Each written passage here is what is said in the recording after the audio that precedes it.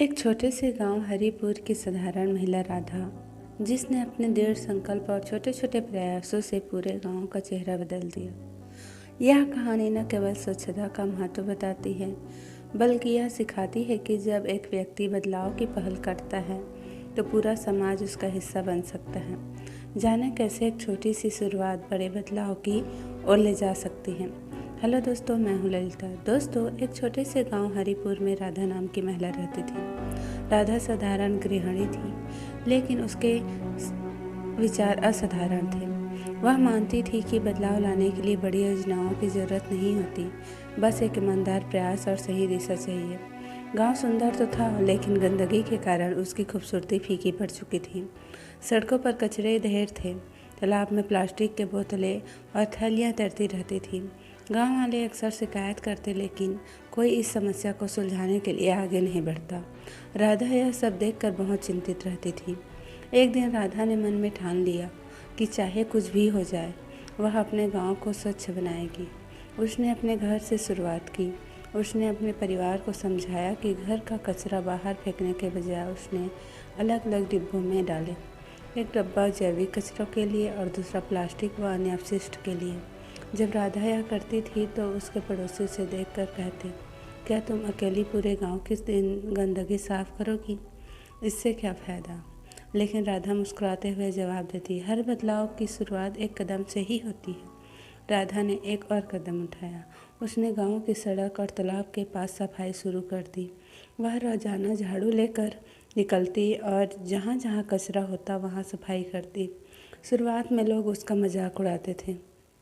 कुछ लोग कहते थे, यह अकेली क्या कर लेगी, लेकिन धीरे धीरे बच्चे उसकी मेहनत देखकर उसके साथ जुड़ने।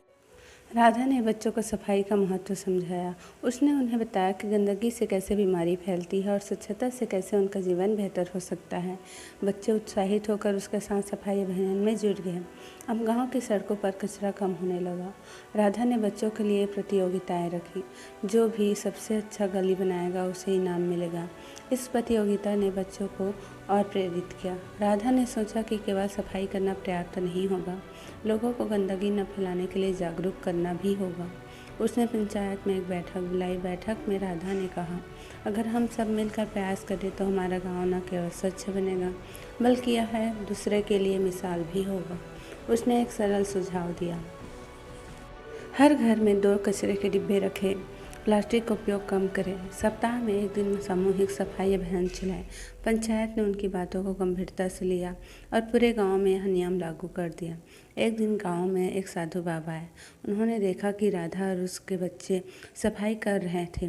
बाबा ने कहा, बेटी, तुम्हारा प्रयास प्रशंसा योग्य है, लेकिन यह काम तभी सफल होगा जब पूरा गांव इसमें शामिल होगा। बाबा ने गांव वालों को एक कहानी सुनाई। बहुत समय पहले एक जंगल में आग लग गई थी। सभी जानवर भाग रहे थे, लेकिन एक छोटी चिड़िया ने अपनी चोंच में पानी भरकर आग बुझाने की कोशिश की।